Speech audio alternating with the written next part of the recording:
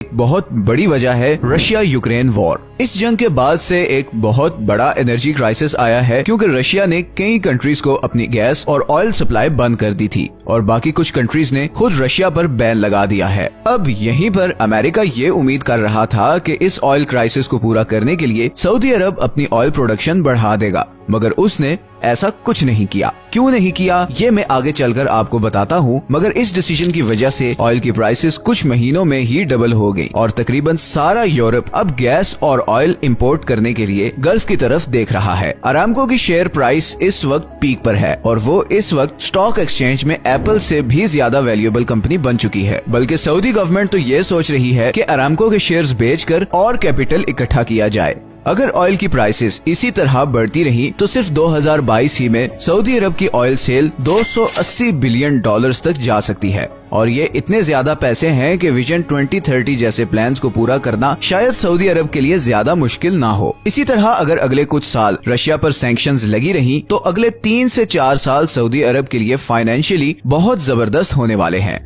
लेकिन यहाँ तक तो चीजें काफी स्मूथ नजर आ रही हैं। असल प्रॉब्लम आती है उस स्टेप को लेकर जो सऊदी अरब आगे उठाने जा रहा है, और वो है पेट्रो डॉलर को पेट्रो युआन से रिप्लेस करना, मतलब तेल को डॉलर के बजाय चाइनीज युआन में बेचना। असल में रशिया यूक्रेन वॉर से पहले ही काफी कंट्रीज में ये बात चल रही थी कि डॉलर के बजाय लोकल करेंसीज में ट्रेड शुरू की जाए। अब जैसे ईरान पर अमेरिका की सैंक्शंस हैं और वो इसीलिए पहले से ही ये चाहता है कि डॉलर के बजाय किसी दूसरी करेंसी में ट्रेड किया जाए। रशिया पर फरवरी 2022 में यूक्रेन पर हमला करने की वजह से सैंक्शंस लग गयी, जिससे वो पूरी वेस्टर्न वर्ल्ड से कट ऑफ हो गया। मगर इसी कट ऑफ होने की वजह से उसने एक ऐसी मार्केट क्रिएट की जहां पर वो डॉलर के बजाय अपनी लोकल करेंसी में ट्रेड कर रहा है। ब्रिक्स कंट्रीज जिनमें इंडिया, चाइना, रशिया, ब्राजील और साउथ अफ्रीका शामिल हैं, पहले ही अमेरिकन डॉलर के अल्टरनेटिव करेंसी इस्तेमाल करने के बारे में डिस्कस कर रहे हैं। और फिर आता है चाइना, जिसके पास ऑलमोस्ट 1 ट्रिलियन अमेरिकन डॉलर्स का ट्रेजरी डेट है और तकरीबन 3000 बिलियन डॉलर्स के फॉरेन एक्सचेंज रिजर्व्स हैं। अब